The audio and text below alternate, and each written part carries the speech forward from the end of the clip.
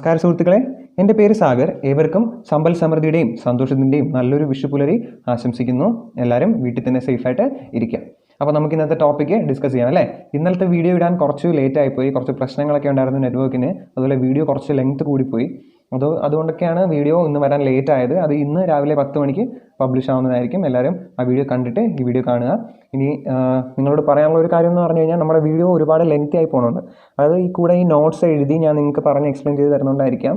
അതുകൊണ്ട് നമുക്ക് ഇന്നത്തെ ഈ വീഡിയോ മുതൽ നോട്ട് ഞാൻ ഓൾറെഡി പ്രിപ്പയർ ചെയ്തിട്ട് ആ നോട്ട് നിങ്ങൾക്ക് ഞാൻ എക്സ്പ്ലെയിൻ ചെയ്ത് തരാം. ആ നോട്ടിൻ്റെ PDF വേണമെങ്കിൽ നമുക്കൊരു ഗ്രൂപ്പ് തുടങ്ങിയിട്ട് ആ ഗ്രൂപ്പിൽ ഞാൻ എല്ലാ ദിവസവും അതാത് ക്ലാസ്സിൻ്റെ നോട്ട് ഞാൻ ആ ഗ്രൂപ്പിൽ പബ്ലിഷ് ചെയ്യാം. അപ്പോൾ നിങ്ങൾക്ക് താല്പര്യം ഉണ്ടെങ്കിൽ താഴെ ഞാൻ ഗ്രൂപ്പിൻ്റെ ലിങ്ക് കൊടുത്തേക്കാം, അതിൽ കയറിയാൽ മതി. നിങ്ങൾക്ക് എല്ലാ അപ്ഡേറ്റ്സും ഞാൻ ആ ഗ്രൂപ്പിൽ ഇടുന്നതായിരിക്കും. അപ്പോൾ നമുക്ക് ഇന്നത്തെ ടോപ്പിക്കിലേക്ക് കിടക്കാം. അതിനു മുമ്പ് നമ്മൾ കഴിഞ്ഞ ക്ലാസ്സിൽ പഠിച്ചൊന്ന് റിവൈസ് ചെയ്യണ്ടേ. കഴിഞ്ഞ ക്ലാസ്സിൽ നമ്മൾ സിമ്പിൾ ആയിട്ടുള്ള 3 സാധനമായിരുന്നു പഠിച്ചത് അല്ലേ. ഏതൊക്കെയായിരുന്നു? Schedule 1, schedule 2 and schedule 3. Simple കാര്യമായിരുന്നു. ഷെഡ്യൂൾ 1 പറഞ്ഞിരിക്കുന്നത് എന്തായിരുന്നു? അതായത് കൺസിഡറേഷൻ ഇല്ലെങ്കിൽ പോലും നമ്മൾ സപ്ലൈ ആയിട്ട് കണക്കാക്കേണ്ട ഒരു 4 കാര്യം അല്ലേ. കൺസിഡറേഷൻ ഇല്ലെങ്കിൽ പോലും നമ്മൾ സപ്ലൈ ആയിട്ട് കണക്കാക്കേണ്ട 4 കാര്യം അറിയാമല്ലോ. എന്തൊക്കെയാണെന്ന് ഞാൻ പറയണ്ടല്ലോ, പറഞ്ഞ് മടുപ്പിക്കുന്നില്ല. നമ്മൾ കഴിഞ്ഞ ക്ലാസ്സിൽ തന്നെ ഒരുപാട് വട്ടം പറഞ്ഞതാണ്. അത് രണ്ടാമത് നമ്മൾ പഠിച്ചത് എന്താണ്?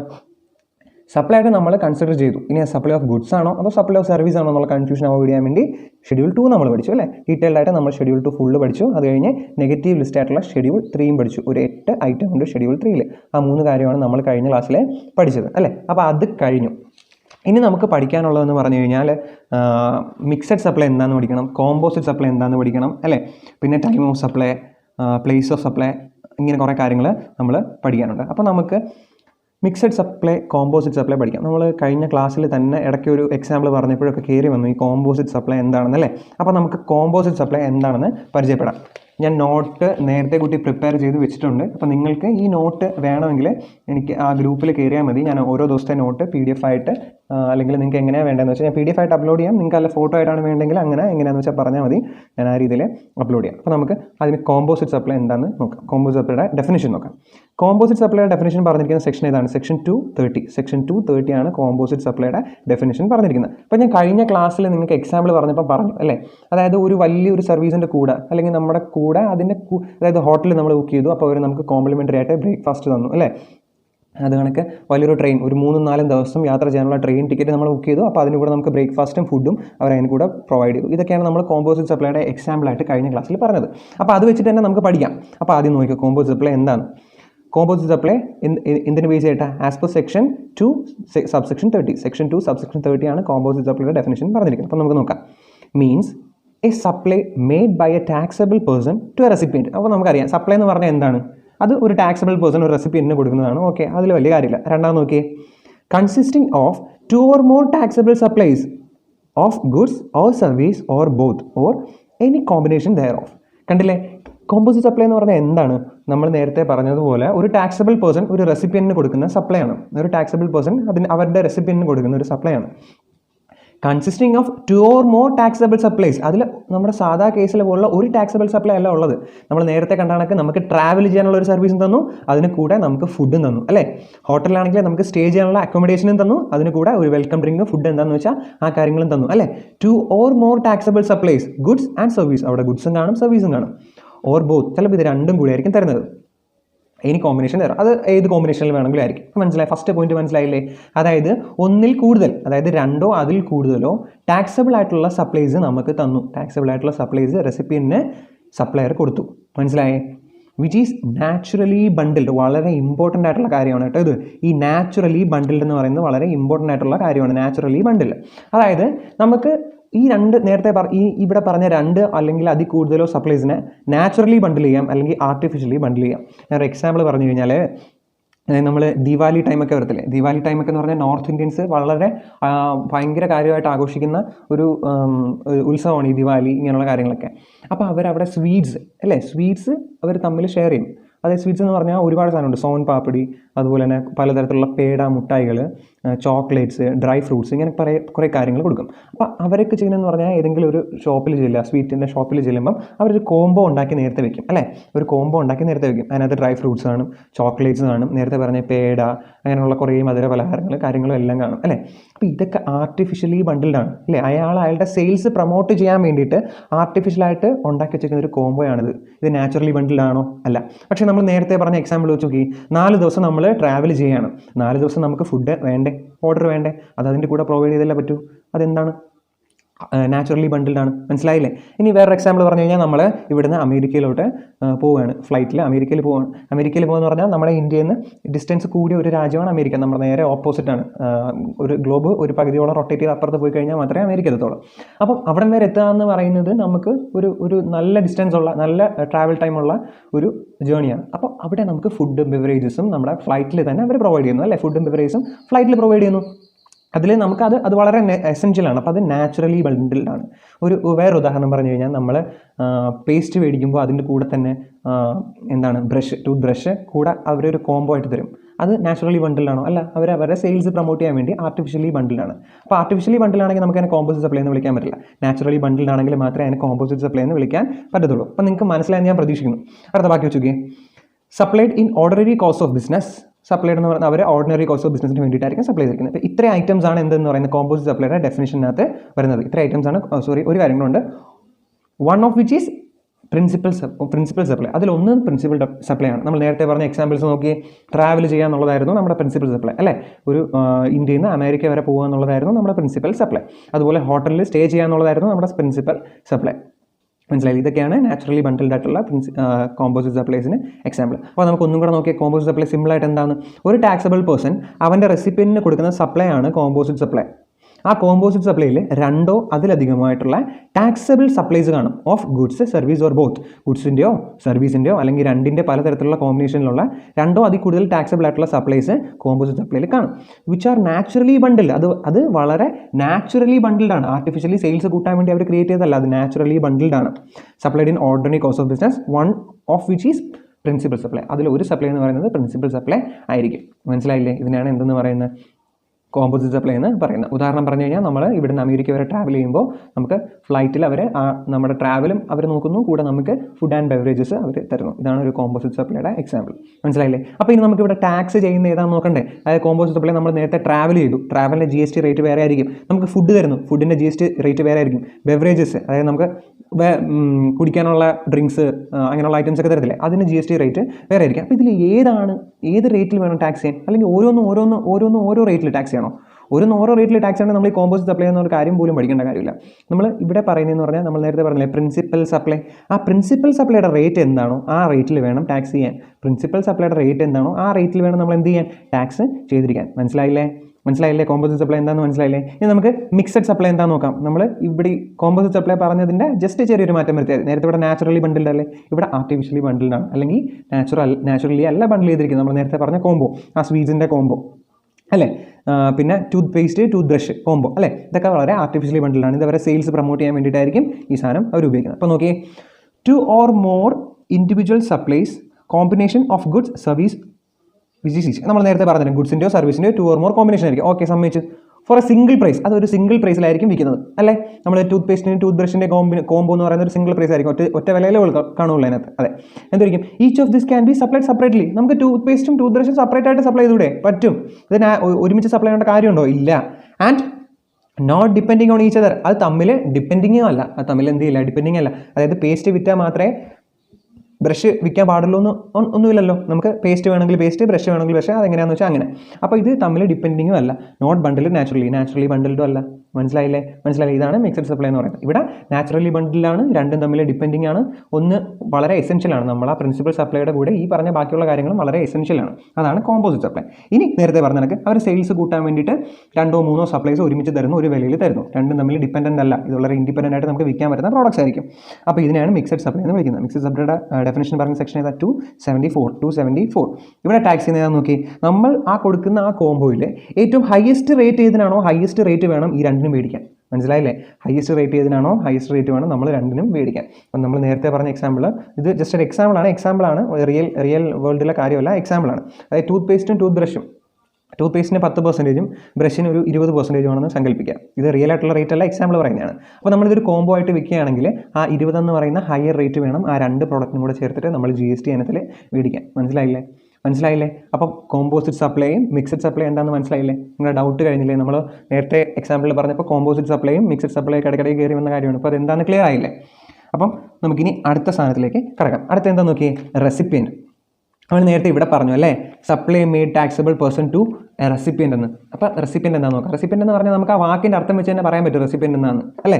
അപ്പോൾ നമുക്ക് നോക്കാം റെസിപ്പിയൻ്റ് എന്താണ്.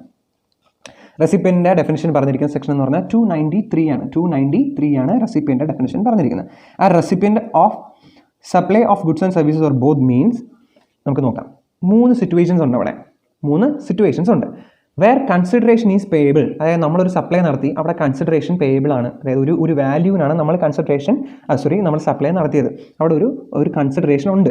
അങ്ങനെയാണെങ്കിൽ ആ കൺസിഡറേഷൻ പേ ചെയ്യാൻ ലയബിൾ ആരാണോ അയാളാണ് റെസിപ്പിയൻറ്റ്. ആ കൺസിഡറേഷൻ പേ ചെയ്യാൻ ലയബിൾ ആരാണോ അയാളാണ് റെസിപ്പിയൻറ്റ്. മനസ്സിലായില്ലേ?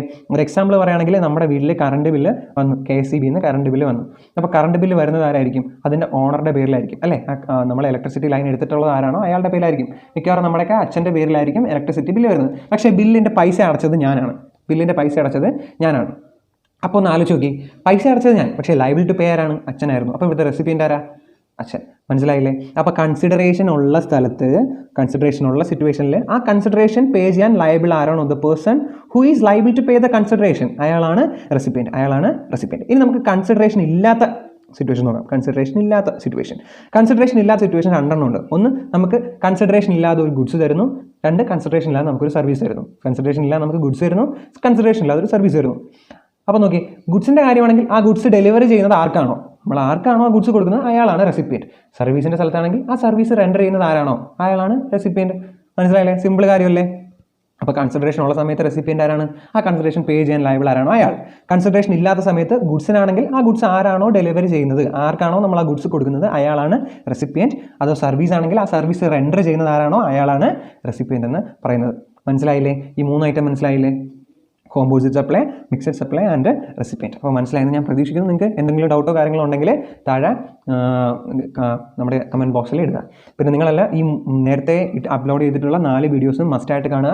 അതിൻ്റെ കണ്ടിന്യൂഷനാണ് ഇവിടെ വരുന്നത്. നിങ്ങൾക്ക് ഡൗട്ടോ കാര്യങ്ങളോ എന്തെങ്കിലും ഉണ്ടെങ്കിൽ ഉറപ്പായിട്ടും കമൻറ്റ് ചെയ്യുക. പിന്നെ ഞാൻ നോട്ട്സ് ഇനി തൊട്ട് വരുന്ന ഓരോ ക്ലാസ്സുകളിലെ നോട്ട്സ്, ഈ നോട്ട്സിൻ്റെ തന്നെ കോപ്പി ഞാൻ PDF ആക്കിയിട്ട് ഗ്രൂപ്പിലിടുന്നതായിരിക്കും, വാട്സാപ്പ് ഗ്രൂപ്പിലിടുന്നതായിരിക്കും. അപ്പോൾ എല്ലാവരും നോട്ട് വേണ്ടവർ ആ ചാനൽ വാട്സാപ്പ് ഗ്രൂപ്പിൽ ജോയിൻ ചെയ്യുക. അപ്പം ബാക്കിയുള്ള അപ്ഡേറ്റ്സൊക്കെ ഞാൻ നിങ്ങൾക്ക് ഗ്രൂപ്പിൽ തന്നെ തരുന്നതായിരിക്കും. പിന്നെ ഒരു കാര്യം പറയാനുണ്ടെന്ന് പറഞ്ഞാൽ ഈ വിഷു ദിനത്തിൽ നമുക്ക് സബ്സ്ക്രൈബേഴ്സ് 100 ആയിട്ടുണ്ട്. ഇന്ന് രാവിലെ എണീച്ച് നോക്കുമ്പോൾ വിഷു കഴിഞ്ഞിട്ടായിട്ട് 100 സബ്സ്ക്രൈബേഴ്സ് ആയിട്ടുണ്ട്. അപ്പം അതൊരു വളരെ സന്തോഷമാണ് അല്ലേ. വിഷുദിനത്തിൽ എനിക്ക് കിട്ടുന്ന ഒരു വളരെ നല്ലൊരു കാര്യമാണത്, 100 സബ്സ്ക്രൈബേഴ്സ് എന്ന് പറഞ്ഞാൽ. അപ്പോൾ നമ്മുടെ ഈ ഫാമിലി വളർത്തുക എന്നുള്ളത് നിങ്ങളുടെ കൂടെ റെസ്പോൺസിബിലിറ്റീസ് ആണ്. നിങ്ങൾക്ക് ഈ ക്ലാസ് നിങ്ങൾക്ക് യൂസ്ഫുൾ ആണ്, ബെനിഫിഷ്യൽ ആണെന്ന് തോന്നുകയാണെങ്കിൽ ഉറപ്പായിട്ടും നിങ്ങൾക്ക് അറിയാവുന്ന നിങ്ങളുടെ ഫ്രണ്ട്സുകൾക്ക് ഇത് ഷെയർ ചെയ്യുക. CA, CMA, CS അതുപോലെ പ്രൊഫഷണൽ കോഴ്സുകൾ പഠിക്കുന്ന ആൾക്കാർക്കും BComലും MComലൊക്കെ GST പഠിക്കുന്ന ആൾക്കാർക്കും ഇത് വളരെ യൂസ്ഫുൾ ആയിരിക്കുമെന്ന് ഞാൻ പ്രതീക്ഷിക്കുന്നു. അപ്പോൾ നിങ്ങൾ ഉറപ്പായിട്ടും അവർക്കെല്ലാം ഈ സാധനം ഷെയർ ചെയ്ത് കൊടുക്കുക. അപ്പോൾ നമുക്കിനി നമ്മുടെ മെയിൻ ടോപ്പിക്കിലേക്ക് കടക്കാം. നമ്മുടെ വേറൊരു ചാപ്റ്റർ തന്നെയാണ്, അതായത് ടൈം ഓഫ് സപ്ലൈ അല്ലെങ്കിൽ value of supply. Time of സപ്ലൈയും വാല്യൂ ഓഫ് സപ്ലൈയും അതൊരു നമ്മുടെ സ്റ്റഡി നോട്ടിലെ വേറെ പുതിയൊരു മൊഡ്യൂൾ തന്നെയാണ് ടൈം ഓഫ് സപ്ലൈയും വാല്യൂ ഓഫ് സപ്ലൈ എന്ന് പറയുന്നത്. അപ്പോൾ നമുക്കത് നോക്കാം. Time of supply, place of supply, value of supply ഒക്കെ വേറെ മൊഡ്യൂളാണ്. അപ്പോൾ നമുക്ക് നോക്കാം അല്ലേ. ആദ്യത്തെ കാര്യം നമുക്ക് ടൈം ഓഫ് സപ്ലൈ നോക്കാം. നമുക്ക് ഏതാണ് നോക്കുന്നത്? ടൈം ഓഫ് സപ്ലൈ എന്താണെന്ന് നോക്കാം. അതായത് നമ്മൾ സപ്ലൈ ചെയ്യുന്ന ടൈം ഏതാണ്, ആ ടൈമിൽ വേണ്ട നമ്മൾ GST അടയ്ക്കാൻ. അതായത് ഞാൻ ഫെബ്രുവരിയിലാണ് സപ്ലൈ നടത്തുന്നതെങ്കിൽ ഞാൻ ഫെബ്രുവരിയിലായിരിക്കും GST അടയ്ക്കേണ്ടത്. മാർച്ചിലാണെങ്കിൽ മാർച്ചിൽ. അപ്പോൾ നമ്മൾ ആ ഡേറ്റ് എന്നാണ് സപ്ലൈ ചെയ്യുക എന്നുള്ളത് വളരെ ഇമ്പോർട്ടൻ്റ് ആയിട്ടുള്ളൊരു ടേമാണ് അല്ലേ. നമ്മൾ എന്നാണോ സപ്ലൈ ചെയ്യുന്നത് ആ ഡേറ്റിന് കറസ്പോണ്ടിങ് ആയിട്ടുള്ള സമയത്തായിരിക്കും നമ്മൾ GST പേ ചെയ്യേണ്ടി വരിക. അപ്പോൾ നമുക്ക് നോക്കാം. ഈ ടൈം ഓഫ് സപ്ലൈ ഗുഡ്സിന് വേറെയാണ്, സർവീസിന് വേറെയാണ്. ടൈം ഓഫ് സപ്ലൈ ഗുഡ്സിന് വേറെയാണ്, സർവീസിന് വേറെയാണ്. ടൈം ഓഫ് സപ്ലൈ ഗുഡ്സിന് വേറെയാണ്, സർവീസിനും വേറെയാണ്. ഗുഡ്സിനെ പറ്റി പറഞ്ഞിരിക്കുന്ന സെക്ഷൻ എന്ന് പറയുന്നത് സെക്ഷൻ 12ഉം സർവീസിനെ പറ്റി പറഞ്ഞിരിക്കുന്ന സെക്ഷൻ എന്ന് പറയുന്നത് സെക്ഷൻ 13ഉമാണ്. ഇത് നമ്മൾ വളരെ ഡീറ്റെയിൽഡ് ആയിട്ട് ഇൻട്രസ്റ്റിംഗ് ആയിട്ട് എളുപ്പത്തിൽ പഠിക്കും. നിങ്ങൾ എൻ്റെ കൂടെ നിന്ന് തന്നാൽ മതി. അതെന്നുള്ള ടോപ്പിക്ക് അന്ന് തന്നെ കവർ ചെയ്ത് പോവുക. അപ്പോൾ നമുക്ക് നോക്കാം. അപ്പോൾ ടൈം ഓഫ് സപ്ലൈ ഗുഡ്സിന് വേറെയാണ് സെക്ഷൻ 12, സർവീസിന് വേറെയാണ് section 13. Time of supply of goods എന്ന് പറയുന്നത് സെക്ഷൻ 12 മെൻഷൻ ചെയ്തിരിക്കുന്നു. Time of supply of service എന്ന് പറയുന്നത് സെക്ഷൻ 13 ഡിഫൈൻ ചെയ്തിരിക്കുന്നു. അപ്പോൾ നോക്കിയേ, ഇനി നോർമൽ ആയിട്ടുള്ള സ്ഥലവും വരും, റിവേഴ്സ് ചാർജും വരും. അതായത് സപ്ലയർ GST പേ ചെയ്യേണ്ട സ്ഥലവും വരും, അല്ല റെസിപ്പിയൻറ്റ് GST പേ ചെയ്യേണ്ട സ്ഥലവും വരും. നമ്മൾ നേരത്തെ നമ്മൾ ഇമ്പോർട്ട് ഓഫ് സർവീസ് പറഞ്ഞപ്പം ഈ റിവേഴ്സ് ചാർജിനെ പറ്റി ജസ്റ്റ് ഒന്ന് ഡിസ്കസ് ചെയ്തിട്ടുണ്ടായിരുന്നു അല്ലേ. അതായത് റിവേഴ്സ് ചാർജ് എന്ന് പറഞ്ഞു കഴിഞ്ഞാൽ സാധാ ഒരു സാധനം, ഒരു എക്സാമ്പിൾ പറയുകയാണെങ്കിൽ ഒരു സപ്ലയർ ഒരു കൺസ്യൂമർക്ക് ഗുഡ്സ് വിൽക്കുന്ന സമയത്ത് സപ്ലയർ ആണ് ആ GST കളക്ട് ചെയ്തിട്ട് പേ ചെയ്യുന്നത് അല്ലേ. സപ്ലയർ ആണ് കൺസ്യൂമറിൻ്റെ കയ്യിൽ നിന്ന് GST ഈടാക്കിയിട്ട് പേ ചെയ്യുന്നത്. ആ സപ്ലയർ കളക്ട് ചെയ്യുന്നത് നമ്മൾ നോർമൽ ആയിട്ടുള്ള GST, സാധാ എപ്പോഴും നടക്കുന്ന കാര്യം, നോർമൽ ആയിട്ടുള്ള GSTയുടെ പേയ്മെൻറ്റ് മെത്തേഡാണ് അത്. ഇനി ചില സിറ്റുവേഷനിൽ റിവേഴ്സ് ചാർജ് സംഭവിക്കും. അതായത് ഗുഡ്സ് മേടിക്കുന്ന കൺസ്യൂമർ സപ്ലയറുടെ GST അടക്കേണ്ടി വരും, നേരിട്ട് ഗവൺമെൻറ്റിന് അടക്കേണ്ടി വരുന്ന സ്ഥലത്താണ് നമ്മൾ റിവേഴ്സ് ചാർജ് പറയുന്നത്. അപ്പം ഗുഡ്സിൻ്റെ നോർമൽ കേസസ് എല്ലാം വേറെയാണ്, ഗുഡ്സിൻ്റെ റിവേഴ്സ് ചാർജിൻ്റെ കേസസ് എല്ലാം വേറെയാണ്. അതുപോലെ സർവീസിൻ്റെ നോർമൽ കേസ് വേറെയാണ്, സർവീസിൻ്റെ റിവേഴ്സ് ചാർജ് വരുന്ന കേസസും വേറെയാണ്. അപ്പോൾ നമുക്ക് 4 സിറ്റുവേഷൻസ് ആണ് ഇവിടെ പഠിക്കാനുള്ളത്. Time of supply of goods mentioned in section 12 and time of supply of service mentioned in section 13. അതിൽ തന്നെ ഗുഡ്സിൻ്റെ നോർമൽ കേസ് വേറെയും അതിൽ റിവേഴ്സ് ചാർജ് വരുന്ന കേസും സെപ്പറേറ്റ് ആയിട്ട് പഠിക്കണം. അതുപോലെ സർവീസിൻ്റെ നോർമൽ കേസ് വേറെയും റിവേഴ്സ് ചാർജ് വരുന്ന കേസ് വേറെയും നമ്മൾ സെപ്പറേറ്റ് ആയിട്ട് പഠിച്ചിരിക്കണം. അപ്പോൾ നമുക്ക് നോക്കാം അല്ലേ. ഇന്ന് ഒരുപാട് നമ്മൾ ലാഗ് എടുപ്പിക്കുന്നില്ല, ഇന്ന് നമ്മൾ ഒരു കാര്യം മാത്രമേ പഠിക്കുന്നുള്ളൂ, ജസ്റ്റ് ഒരു കാര്യം. അതായത് time of supply of goods section 12 അതിൻ്റെ ഒരു സിറ്റുവേഷൻ, അതും നോർമലിൽ മാത്രം. ടൈം ഓഫ് സപ്ലൈ ഓഫ് ഗുഡ്സിൻ്റെ ഒരു സിറ്റുവേഷൻ, അതും നോർമലിൽ മാത്രം. ആ ഒരൊറ്റ കേസ് മാത്രമേ നമ്മൾ ഇന്ന് എന്ത് ചെയ്യുന്നുള്ളൂ, ഡിസ്കസ് ചെയ്യുന്നുള്ളൂ. അപ്പോൾ നമുക്കൊരു കേസ് ഡിസ്കസ് ചെയ്യാം, അതിൻ്റെ 2 പ്രോബ്ലംസും വർക്കൗട്ട് ചെയ്തിട്ട് ഇന്നത്തെ സെക്ഷൻ വൈൻഡ് അപ്പ് ചെയ്യാം. ഇനിയുള്ള ടോപ്പിക്ക് വളരെ ഇമ്പോർട്ടൻ്റ് ആണ്. ഈ ടോപ്പിക്കിൽ നിന്ന് മിക്കവാറും 5ഉം 10ഉം മാർക്കുകൾക്ക് സ്ഥിരം എക്സാമിന് ചോദിക്കുന്ന ക്വസ്റ്റ്യൻസ് ആണ്. അപ്പോൾ ശ്രദ്ധിച്ചിരിക്കാം, നമുക്ക് വളരെ ഈസി ആയിട്ട് പഠിക്കാം. കേസ് 1 എന്താണെന്ന് പരിചയപ്പെടാം. ഓക്കെ, സിമ്പിൾ സാധനമാണ്, നോക്കിയോ. Case 1, time of supply in the case of goods section 12 of CGST act 2017. അപ്പോൾ CGST ആക്ട് 2017 സെക്ഷൻ 12 പ്രകാരമാണ് നമ്മൾ ഈ time of supply of goods പറയുന്നത്. ഇതിൽ ഒന്നാമത്തെ കേസ് എന്താണ് നമ്മൾ പറഞ്ഞാൽ, ഈ നോർമലായിട്ട് ടാക്സ് പേ ചെയ്യുന്ന, ഫോർവേഡ് ചാർജസിൽ ടാക്സ് പേ ചെയ്യുന്ന ആൾക്കാർ. അപ്പോൾ നമുക്ക് നോക്കാം. In case of forward charge ആണെങ്കിൽ സെക്ഷൻ 12 സബ്സെക്ഷൻ 2. ഓക്കെ, അതെന്താ നമ്മൾ പറഞ്ഞത് സെക്ഷൻ 12 എന്ന് പറഞ്ഞു. ഓക്കെ, 12 എന്ന് പറഞ്ഞാൽ ആദ്യം പറയേണ്ടത് 12ലെ 1 അല്ലേ. 12 എന്ന് പറഞ്ഞാൽ ആദ്യം പറയേണ്ടത് 12ലെ 1 അല്ലേ. അപ്പോൾ 12ലെ 1 പറയാൻ നേരെ സെക്ഷൻ 12 സബ്സെക്ഷൻ 2 പോയത്. അപ്പോൾ നമുക്ക് 12ലെ 1 എന്താണെന്ന് നോക്കാം. 1ൽ കാര്യമായിട്ടൊന്നും പറഞ്ഞിട്ടില്ല. 1ൽ പറഞ്ഞിരിക്കുന്നത് ഇങ്ങനെയാണ്: the liability to pay tax on goods shall arise at the time of supply as determined in accordance with the provisions of the section. അതായത് ഈ സെക്ഷനിൽ താഴെ പറയുന്ന ഈ പ്രൊവിഷൻസ് പ്രകാരമാണ് ടൈം ഓഫ് സപ്ലൈ ഓഫ് ഗുഡ്സിനെ നമ്മൾ ഡിറ്റർമിൻ ചെയ്തിരിക്കുകയാണ്.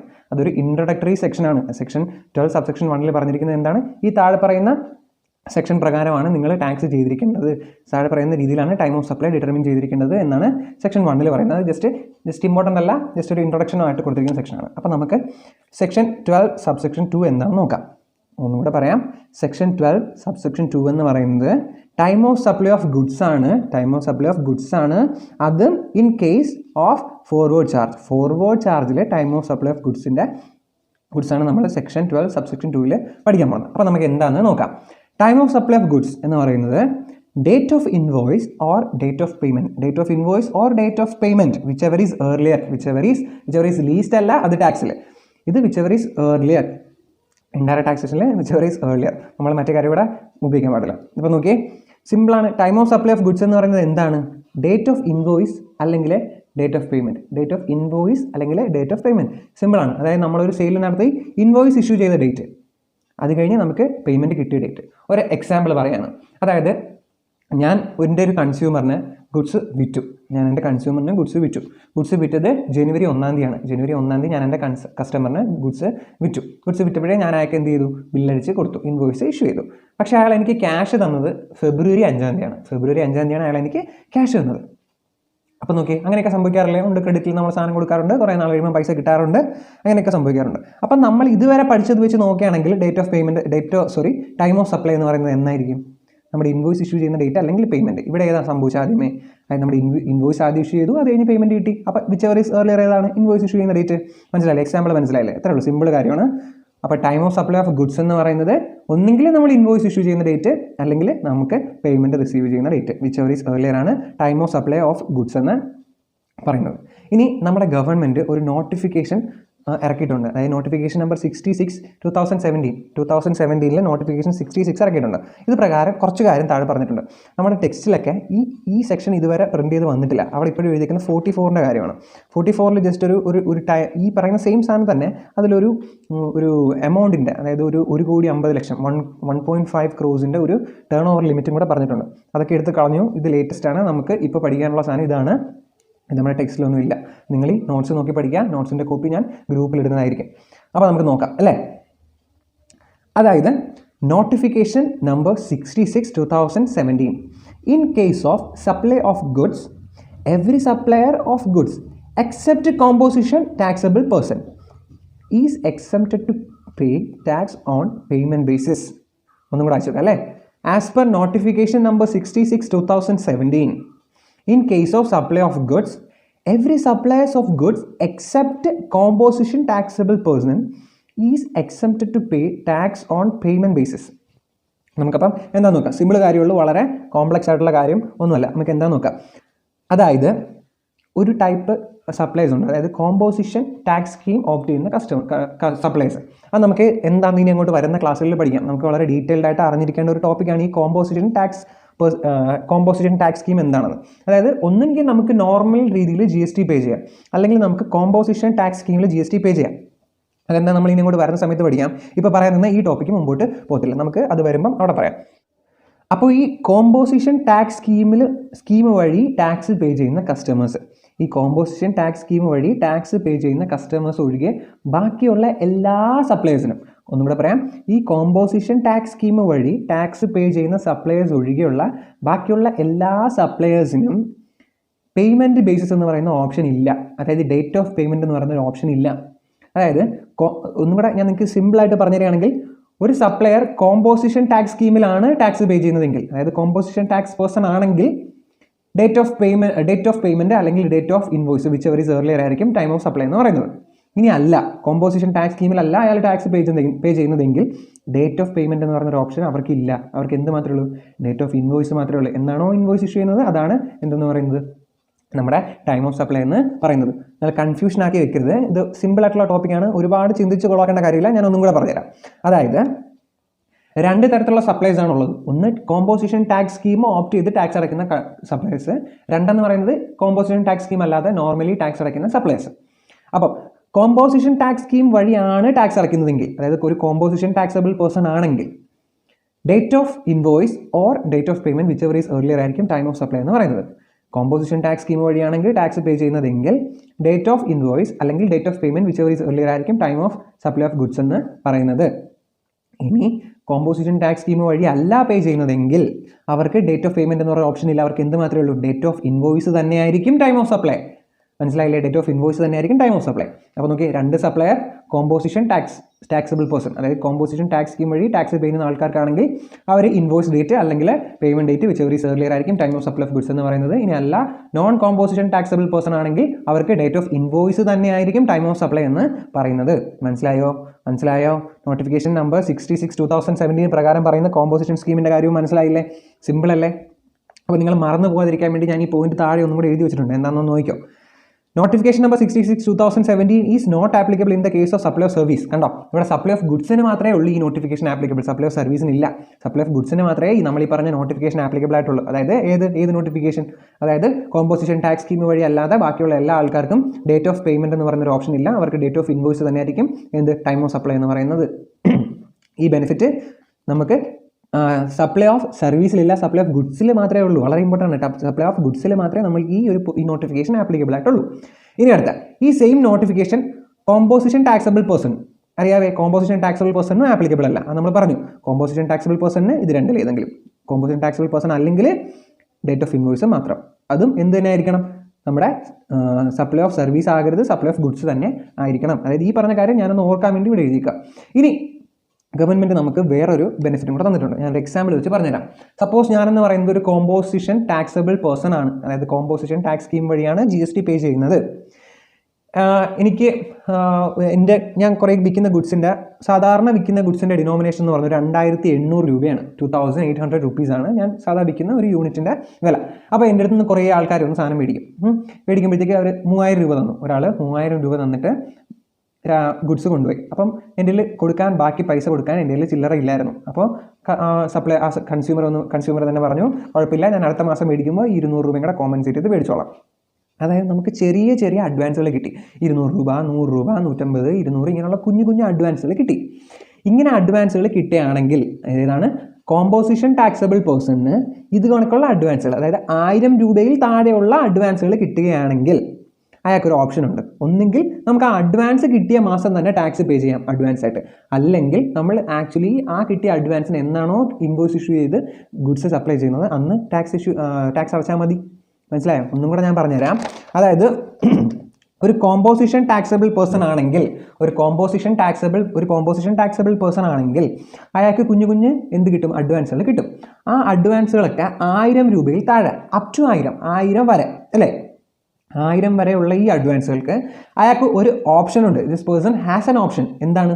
ഒന്നുകിൽ ആ ടാക്സ് അപ്പം തന്നെ പേ ചെയ്യാം, അല്ലെങ്കിൽ ആ ടാക്സ് ഡേറ്റ് ഓഫ് ഇൻവോയ്സിന് നമ്മൾ പേ ചെയ്താൽ മതി. അത് ആക്ച്വലി ആ ഗുഡ്സ് ഡെലിവറി ചെയ്ത് നമ്മൾ ഇൻവോയ്സ് പേ ചെയ്യുന്നത് എന്നാണോ അന്ന് എന്ത് ചെയ്താൽ മതി? ടാക്സ് പേ ചെയ്താൽ മതി എന്നാണ് നമ്മുടെ ഈ ഗവൺമെൻറ് തന്നിരിക്കുന്ന ഈ ഒരു ഓപ്ഷനാണ് പറയുന്നത്. അപ്പോൾ സിമ്പിൾ അല്ലേ? നമ്മൾ പഠിച്ചില്ലേ? ഒന്നാമത്തെ കേസ് മൊത്തം പഠിച്ചില്ലേ? അപ്പോൾ ഒന്ന് പറഞ്ഞേ, നോക്കാതെ പറഞ്ഞേ. ഒന്നാമത്തെ കേസ് എന്തായിരുന്നു? സെക്ഷൻ 12 സബ്സെക്ഷൻ 2 ആയിരുന്നു. അതിൽ പറഞ്ഞിരിക്കുന്നത് time of supply of goods ആണ്, അതും ഇൻ ഫോർവേഡ് ചാർജ് എന്ന് പറഞ്ഞ കേസിലാണ്, അല്ലേ? Time of supply of goods in forward charge.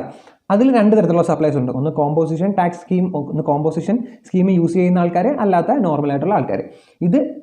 ഇതിൽ കോമ്പോസിഷൻ സ്കീമാണ് യൂസ് ചെയ്യുന്നതെങ്കിൽ ഡേറ്റ് ഓഫ് ഇൻവോയ്സ് അല്ലെങ്കിൽ date of payment whichever is earlier ആയിരിക്കും എന്തെന്ന് പറയുന്നത്? വിച്ച് എവർ ഈസ് ഏർലിയർ ആയിരിക്കും നമ്മുടെ time of supply of goods എന്ന് പറയുന്നത്. ഇനി അയാൾ കോമ്പോസിഷൻ ടാക്സ് സ്കീം ഉപയോഗിക്കാത്ത ആളാണെങ്കിൽ അയാൾക്ക് ഡേറ്റ് ഓഫ് ഇൻവോയ്സ് തന്നെയായിരിക്കും ടൈം ഓഫ് സപ്ലൈ എന്ന് പറയുന്നത്. ഡേറ്റ് ഓഫ് ഇൻവോയ്സ് തന്നെയായിരിക്കും ടൈം ഓഫ് സപ്ലൈ എന്ന് പറയുന്നത്. ഈ നോട്ടിഫിക്കേഷൻ പറഞ്ഞിരിക്കുന്നത് നോട്ടിഫിക്കേഷൻ നമ്പർ 66/2017 പ്രകാരമാണ് ഈ നോട്ടിഫിക്കേഷൻ പറഞ്ഞിരിക്കുന്നത്. പിന്നെ നമ്മൾ ഈ കോമ്പോസിഷൻ ടാക്സബിൾ പേഴ്സൺ ഒരു ഓപ്ഷൻ ഗവൺമെൻറ് കൊടുത്തിട്ടുണ്ട്. അതായത് 1000 രൂപ വരെ കിട്ടുന്ന അഡ്വാൻസുകൾ വേണമെങ്കിൽ അവർക്ക് ആ അഡ്വാൻസ് കിട്ടിയ മാസം തന്നെ ടാക്സ് പേ ചെയ്യാം, അല്ലെങ്കിൽ അവർക്ക് എവിടെ പേ ചെയ്താൽ മതി? നമ്മുടെ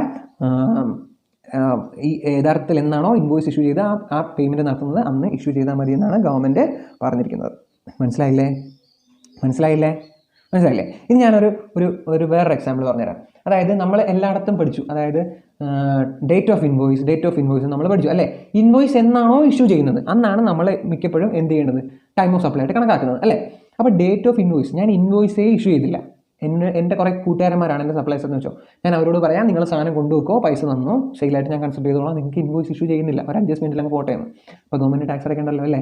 അപ്പോൾ ഇങ്ങനൊരു പോസിബിലിറ്റി ഉള്ളത് കൊണ്ട് ഗവൺമെൻറ് നമുക്ക് ഈ ഡേറ്റ് ഓഫ് ഇഷ്യൂയിങ് ഇൻവോയ്സിന് ഒരു ലിമിറ്റ് വെച്ചിട്ടുണ്ട്. അതായത് നീ ഇൻവോയ്സ് ഇഷ്യൂ ചെയ്താലും ഇല്ലെങ്കിലും ഈ ലിമിറ്റിനുള്ളിൽ നീ പൈസ അടച്ചിരിക്കണം. അതായത് നിങ്ങൾക്കിപ്പോൾ ഒരു സമയം തരാം, ഒരു 6 മാസം. ഈ സെയിൽ നടത്തിയിട്ട് 6 മാസത്തിനുള്ളിൽ നീ ഇൻവോയ്സ് ഇഷ്യൂ ചെയ്തിരിക്കണം. ഇനി ഇൻവോയ്സ് ഇഷ്യൂ ചെയ്തില്ലെങ്കിൽ ഈ 6ാമത്തെ മാസം നിന്നെ ഞാൻ എന്തായിട്ട് കണക്കാക്കും? സപ്ലൈ ആയിട്ട് കണക്കാക്കി നീ ടാക്സ് അടച്ചേ പറ്റും. ഞാനൊരു എക്സാമ്പിളാണ് പറഞ്ഞത്. അപ്പോൾ നമുക്ക് നോക്കാം. ഈ time limit to issue invoice in the case of supply of goods. ഈ ഗുഡ്സ് സപ്ലൈ ചെയ്യുമ്പോൾ ഉള്ള ഇൻവോയ്സ് ഇഷ്യൂ ചെയ്യാനുള്ള ടൈം ലിമിറ്റ് നമുക്ക് എന്തൊക്കെയാണ് നോക്കാം. ഇതിൻ്റെ സെക്ഷൻ പറയുന്നത് സെക്ഷൻ 31 ആണ്. സെക്ഷൻ 31 ആണ് പറയുന്നത്. 4 കേസാണുള്ളത്. സിമ്പിളാണ്, വെറും 4 കാര്യങ്ങളെ പഠിക്കാനുള്ളൂ. 1, 2, 3, 4 എന്തൊക്കെയാണെന്ന് നോക്കാം. ഒന്നാമത്തെ, where movable goods involve on or before date of removal of goods. ഞാനൊരു എക്സാമ്പിൾ പറയുകയാണെങ്കിൽ നമ്മൾ ഫ്ലിപ്കാർട്ടിൽ നിന്നൊരു ഫോൺ പർച്ചേസ് ചെയ്തു. ഈ ഫോൺ ഇരിക്കുന്നത് ബാംഗ്ലൂരിൽ നിന്നാണ്. ഈ സെല്ലർ ഈ സാധനം പാക്ക് ചെയ്ത് അതിൽ സീലൊക്കെ ഒട്ടിച്ച് സംഭവങ്ങളൊക്കെ ചെയ്ത് റാപ്പറൊക്കെ പാക്ക് ചെയ്തിട്ട് നമുക്ക് ഡിസ്പാച്ച് ചെയ്യത്തില്ലേ? അപ്പോൾ അവിടെ മൂവ്മെൻറ്റ് ഓഫ് ഗുഡ്സ് എന്ന് പറഞ്ഞൊരു സംഗതിയുണ്ട്. നമ്മുടെ ബാംഗ്ലൂർ ഇരിക്കുന്ന സാധനം ഇങ്ങ് കേരളത്തിൽ ഇരിക്കുന്ന എനിക്ക് കിട്ടാൻ വേണ്ടി ഇങ്ങ് എത്തണം. അവിടെ എന്തുണ്ട്? മൂവ്മെൻറ്റ് ഓഫ് ഗുഡ്സ് ഇൻവോൾവ് ആണ്, അല്ലേ? അങ്ങനെ മൂവ്മെൻറ്റ് ഓഫ് ഗുഡ്സ് ഇൻവോൾവ് ആണെങ്കിൽ നമ്മൾ എന്നാണോ ഗുഡ്സ് നമ്മുടെ ഗോഡൗണിൽ നിന്ന് റിമൂവ് ചെയ്യുന്നത്, എന്നാണോ നമ്മൾ ആ ഗുഡ്സ് ഡിസ്പാച്ച് ചെയ്യുന്നത്, അന്നാണ് എന്തെന്ന് പറയുന്നത്? Last date of issuing invoice. മനസ്സിലായില്ലേ? സിമ്പിൾ കാര്യം. Okay, where movement of goods involve. Movement of goods ഉണ്ടെങ്കിൽ on or before date of removal of goods. ആ ഗുഡ്സ് നമ്മൾ റിമൂവ് ചെയ്യുന്ന ലാസ്റ്റ് ഡേറ്റ്, ഗുഡ്സ് നമ്മൾ റിമൂവ് ചെയ്യുന്ന എന്നാണോ അതാണ് ലാസ്റ്റ് ഡേറ്റ്. മനസ്സിലായില്ലേ? ഇനി നമുക്ക് രണ്ടാമത്തെ എന്താ നോക്കാം. Where movement of goods not involve. ഇവിടെ എന്തില്ല?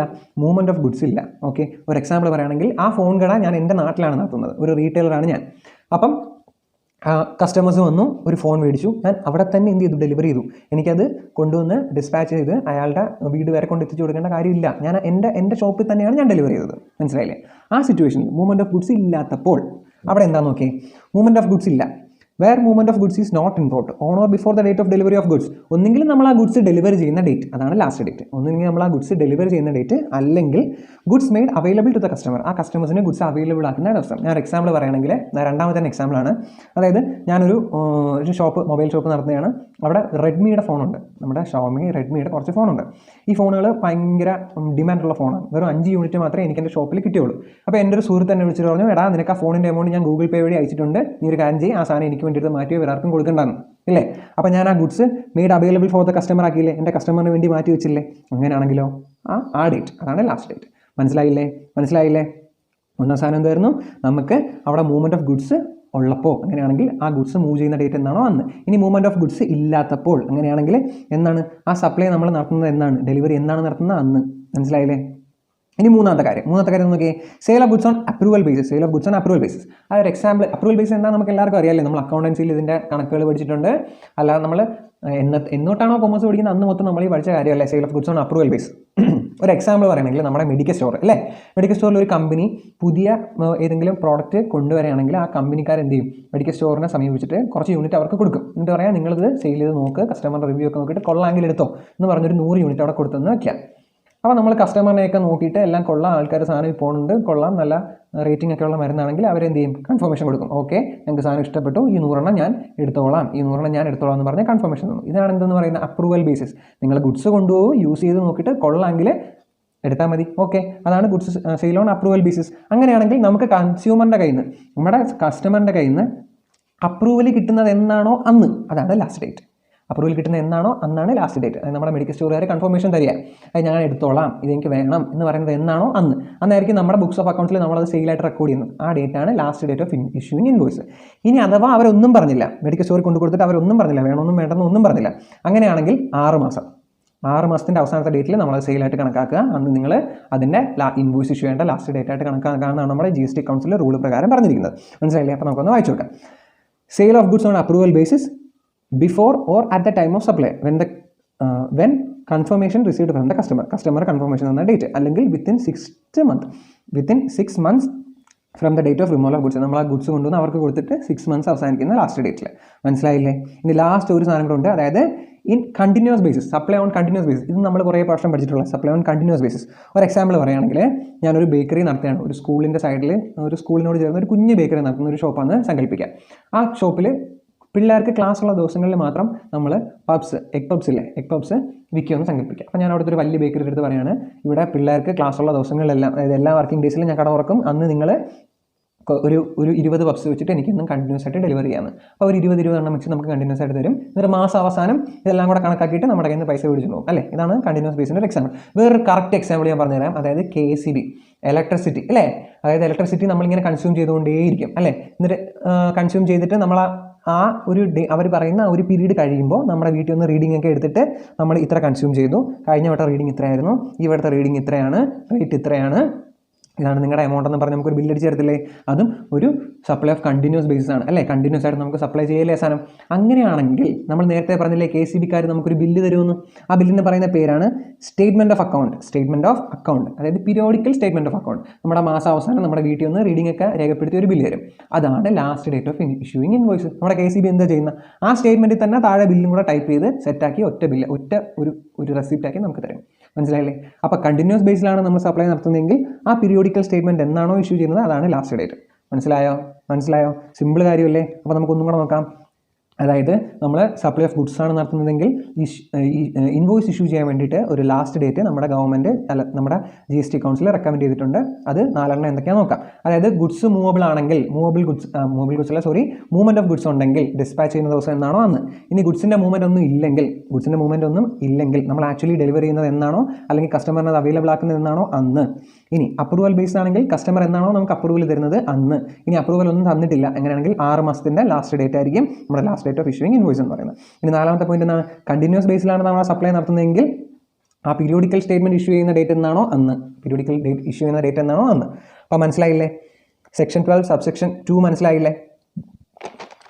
ഇനി നമുക്കൊരു കുഞ്ഞു കാര്യം കൂടെ നോക്കാം. അതായത് ഡേറ്റ് ഓഫ് പേയ്മെൻറ്റ് എന്താണെന്ന്. ഞാൻ എക്സാമ്പിൾ പറഞ്ഞില്ല, ഒന്ന് ചിന്തിച്ച് നോക്കിയേ. അതായത് ഞാനൊരു സെയിൽ നടത്തിയപ്പോൾ എൻ്റെ കസ്റ്റമർ എനിക്കൊരു ചെക്കാണ് തന്നത്, ഒരു ചെക്ക്. ഒരു വെള്ളിയാഴ്ചയാണ് അയാൾ ആ ചെക്ക് തന്നത്. അപ്പോൾ ഈ വെള്ളിയാഴ്ച ഞാൻ ചെക്ക് എൻ്റെ കൈ വെച്ചിട്ട് എനിക്ക് അന്ന് ബാങ്കിൽ കൊണ്ട് കൊടുത്ത് മാറാൻ പറ്റിയില്ല. അപ്പോൾ ഞാൻ എന്ത് ചെയ്തു, അടുത്ത ദിവസം കൊടുക്കാൻ നോക്കിയപ്പോൾ അടുത്ത ദിവസം സെക്കൻഡ് സാറ്റർഡേ, അപ്പോൾ ശനി നേരം ബാങ്ക് അവധി. അപ്പോൾ 2 ദിവസം പോയി.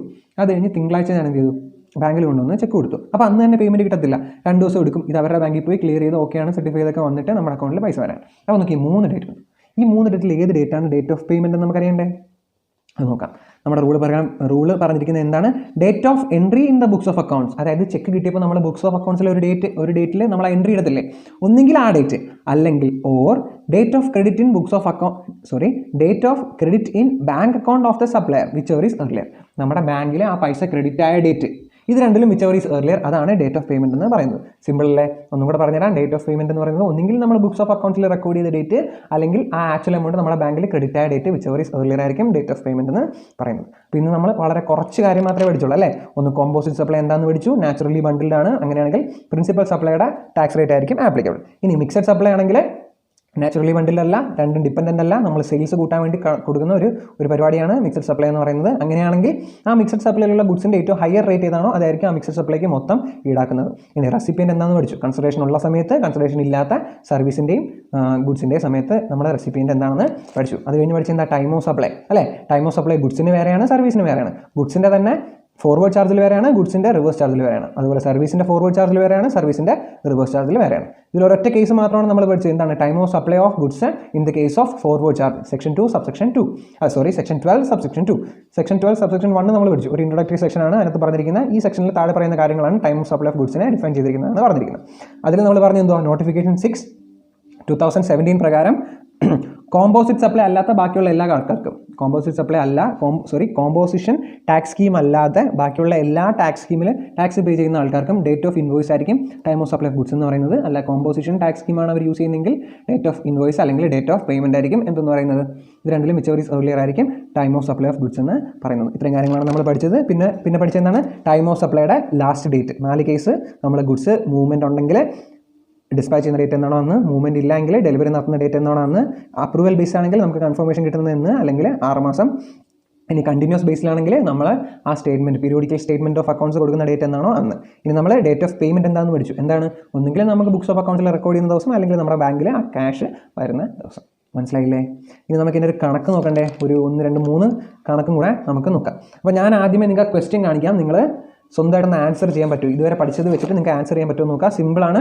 ജസ്റ്റ് നമുക്ക് പെട്ടെന്ന് നോക്കാം. നിങ്ങൾ വേണമെങ്കിൽ 1 മിനിറ്റ് ഒന്ന് ഈ സാധനം വീഡിയോ പോസ് ചെയ്തിട്ട് നോക്കുക. ക്വസ്റ്റ്യൻ നന്നായിട്ട് വായിച്ചു നോക്കാം.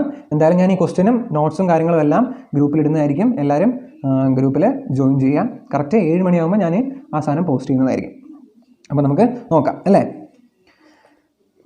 Mr. Rahul received advance of 5 lakh Indian rupees as on 10/1/2020 for supply of goods which are actually removed from the factory as on 20/2/2020 and he received an invoice for the same as on 1/3/2020. Determine the time of supply of goods. നല്ല കാര്യം. നമ്മൾ പറഞ്ഞ എക്സാമ്പിളിലുള്ള മിക്ക സാധനങ്ങൾ ഇതിലുണ്ട്. അതായത് രാഹുലിന് ഒരു അഡ്വാൻസ് പേയ്മെൻറ്റ് കിട്ടി 5 ലക്ഷം രൂപ. രാഹുലിന് അഡ്വാൻസ് പേയ്മെൻറ്റ് കിട്ടി 5 ലക്ഷം രൂപ എന്ന് ജനുവരി 10 കിട്ടി. അവൻ ഗുഡ്സ് ഡിസ്പാച്ച് ചെയ്തത് 20/2, അതായത് ഫെബ്രുവരി 20 ഗുഡ്സ് ഡിസ്പാച്ച് ചെയ്തു. പക്ഷേ ബില്ല് ഇൻവോയ്സ് ഇഷ്യൂ ചെയ്തത് 1/3/20, അതായത് മാർച്ച് 1 അവൻ ബില്ല് ഇഷ്യൂ ചെയ്തത്. അപ്പോൾ 3 ഡേറ്റ് ഉണ്ട്. അഡ്വാൻസ് കിട്ടി ജനുവരി 10, ഗുഡ്സ് കൊടുത്തു ഫെബ്രുവരി 20, ഇൻവോയ്സ് ഇഷ്യൂ ചെയ്തു മാർച്ച് 1. അങ്ങനെയാണെങ്കിൽ ടൈം ഓഫ് സപ്ലൈ കണ്ടുപിടിക്കാനല്ലേ പറഞ്ഞിരിക്കുന്നത്? ഒന്ന് ആലോചിച്ചിട്ട് കണ്ടുപിടിക്കാൻ പറ്റുമോ നോക്കിയേ. വീഡിയോ ഒന്ന് പോസ് ചെയ്തിട്ട് കണ്ടുപിടിക്കാൻ പറ്റുമോ നോക്കിയേ. അപ്പോൾ നമുക്ക് നോക്കാം. എല്ലാവരും ഉത്തരം കണ്ടുപിടിച്ചു എന്ന് ഞാൻ പ്രതീക്ഷിക്കുന്നു. അപ്പോൾ നമ്മൾ പഠിച്ച റൂൾ പ്രകാരം ഇവിടെ കോമ്പോസിഷൻ ടാക്സ് സ്കീം വഴിയാണ് രാഹുൽ പേ ചെയ്യുന്നതെന്ന് പറഞ്ഞിട്ടുണ്ടോ? ഇല്ല. ഇനി അയാളൊരു കോമ്പോസിഷൻ ടാക്സിബിൾ പേഴ്സൺ ആണെങ്കിൽ ക്വസ്റ്റ്യനിൽ എന്തായാലും അത് എടുത്ത് പറഞ്ഞിരിക്കും. അത് കമ്പൽസറി ആണ്. അപ്പോൾ നോർമലായിട്ടുള്ള ആളാണ്. നോർമലായിട്ടുള്ള ആൾക്ക് എന്തില്ല? നമ്മുടെ ഡേറ്റ് ഓഫ് പേയ്മെൻറ്റ് എന്ന് പറഞ്ഞ സാധനം ആ ഒരു ഓപ്ഷൻ ഇല്ല. അവർക്ക് എന്ത് മാത്രമേ ഉള്ളൂ? ഡേറ്റ് ഓഫ് ഇഷ്യൂയിങ് ഇൻവോയ്സ് മാത്രമേ ഉള്ളൂ. അപ്പോൾ നമുക്ക് അത് മാത്രം നോക്കിയാൽ പോരെ. ഇവിടെ എന്താണ് ഡേറ്റ് ഓഫ് ഇഷ്യൂയിങ് ഇൻവോയ്സ്? 1/3/2020. അപ്പോൾ 1/3/2020 ആയിരിക്കും ടൈം ഓഫ് സപ്ലൈ. ഇനി നമുക്കത് എഴുതേണ്ട എങ്ങനെയാണ് നോക്കണ്ടേ? ഏതൊരു ക്വസ്റ്റ്യൻ ചോദിച്ചാലും നമ്മൾ ആദ്യത്തെ അവിടെ പറ്റുമെങ്കിൽ ആ പ്രൊവിഷൻ കോട്ട് ചെയ്യുക. എന്നിട്ട് ആ പ്രൊവിഷനിൽ സെക്ഷനിൽ പറഞ്ഞിരിക്കുന്ന എന്താ കാര്യമെന്ന് എഴുതുക. അത് കഴിഞ്ഞിട്ട് നമ്മുടെ ആൻസർ എഴുതുക. അപ്പോൾ നമുക്ക് എന്താണെന്ന് നോക്കാം. Time of supply of goods shall be As per Section 12, Subsection 2 of CGST Act 2017, date of invoice or date of payment whichever is earlier. അല്ലെങ്കിൽ ഡേറ്റ് ഓഫ് ഇൻവോയ്സ് അല്ലെങ്കിൽ ഡേറ്റ് ഓഫ് പേയ്മെൻ്റ് ആണ് നമ്മൾ നോക്കേണ്ടത്. പക്ഷേ നോട്ടിഫിക്കേഷൻ 66 ഓഫ് 2017 2017 നോട്ടിഫിക്കേഷൻ പ്രകാരം supply of goods except composition taxable person is exempted to pay tax on date payment ബേസിൽ അവർക്ക് tax ചെയ്യാൻ പറ്റില്ല. അതുകൊണ്ട് എന്തായിരിക്കും date of issuing invoice will be the time of supply, അതായത് 1/3/2020 ആയിരിക്കും ഇന്ന് ടൈം ഓഫ് സപ്ലൈ എന്ന് പറയുന്നത്. ഇനി നമുക്ക് ഈ ക്വസ്റ്റ്യനിൽ ചെറിയൊരു മാറ്റം വരുത്തി വെക്കാം. What will be your answer if mister Rahul opt composition scheme പ്രകാരമാണ് അവൻ ടാക്സ് അടയ്ക്കുന്നതെങ്കിൽ ഇവിടെ എന്ത് മാറ്റം വരും? അപ്പോൾ കോമ്പോസിഷൻ സപ്ലൈ സ്കീം പ്രകാരമാണ് അവൻ ടാക്സ് അടയ്ക്കുന്നതെങ്കിൽ അവിടെ നമുക്ക് എന്ത് വരും? ഒന്നുകിൽ ഡേറ്റ് ഓഫ് പേയ്മെൻറ്റ് അല്ലെങ്കിൽ date of invoice whichever is earlier. നമുക്ക് ഡേറ്റ് ഓഫ് ഇൻവോയ്സ് ഉണ്ട് 1/3/2020 ഡേറ്റ് ഓഫ് ഇൻവോയ്സ് ഉണ്ട്. ഇനി ഡേറ്റ് ഓഫ് പേയ്മെൻറ്റ് ഉണ്ട്. ആദ്യമേ പേയ്മെൻറ്റ് കിട്ടി അല്ലേ? ഒരു 10ാം തീയതി നമുക്ക് പേയ്മെൻറ്റ് കിട്ടി, ജനുവരി 10ാം തീയതി പേയ്മെൻറ്റ് കിട്ടി. ആ ജനുവരി 10ാം തീയതി date of payment whichever is earlier എന്നാണ്. ജനുവരി 10ാം തീയതി ആയിരിക്കും ഇതെന്ന് പറയുന്നത് സെയിം. ഈ സംഭവങ്ങൾ പ്രൊവിഷൻ മൊത്തം എഴുതി വയ്ക്കുക, ഈ ആൻസർ എഴുതുക. കഴിഞ്ഞില്ലേ? ഇനി നമുക്ക് ലാസ്റ്റ് ഒരു ക്വസ്റ്റ്യൻ കൂടെ നോക്കിയിട്ട് ഈ വീഡിയോ വൈൻഡ് അപ്പ് ചെയ്യാം. ലാസ്റ്റ് ക്വസ്റ്റ്യൻ നോക്കിയേ. Mister Rahul is a supplier of taxable goods provides you the following informations related to the month of February 2020. 2020 ഫെബ്രുവരിയിൽ രാഹുലിൻ്റെ കുറേ സപ്ലൈസ് ആണ് താഴെ തന്നിരിക്കുന്നത്. നമുക്ക് നോക്കാം എന്താണ്.